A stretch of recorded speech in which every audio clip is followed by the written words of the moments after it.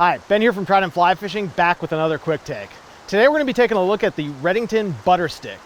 Now the Butterstick has been in the lineup for many years, but this is the new for 2022 model, and I'm really excited to see how it stacks up to some of the older versions. Stay tuned. So right off the bat, you're going to notice a really big difference between this Butterstick and the old one, and that's how it looks. This Butterstick has returned to the fiberglass roots of old, and it's got like a really nice kind of yellowish caramel color. It looks like a vintage rod and definitely gives off a fiberglass vibe. Now that's going to be a stark contrast to the old Butterstick, which was white and felt something like an old tailor-made golf club. Beyond the blank color, you're going to notice that this rod is functionally very similar to the old one.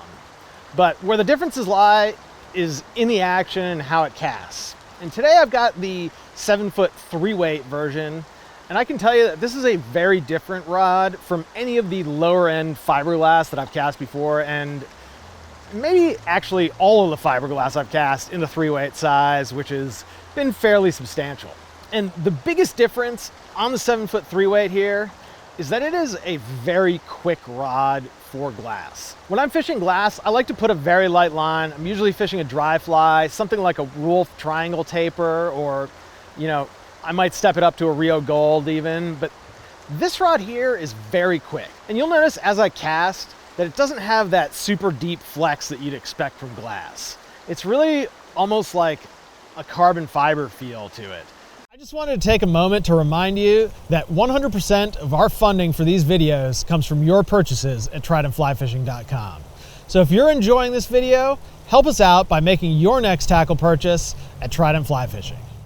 It's a very tip flex, faster action, overall different feel than most glass rods on the market, and way different than this rod's closest competitor, which is going to be the Echo River Glass. And because of that, it's fairly line sensitive. I started out, like I said, with that Wolf triangle taper, and that was a really bad choice. So we threw on an MPX, and that actually works fairly well. And I'd say if you're looking at a 7-foot 3-weight, it's going to be a small stream rod for you, and you're probably going to want to take a really hard look at something like the Rio Creek as your go-to line. That said, if you're making longer casts and you really want to use this on a Spring Creek or something like that, maybe going up to an MPX or a Rio Gold might be a good choice for you, depending on your casting stroke. All in all, at the $280 price point, I feel like this Butterstick is a fairly good value.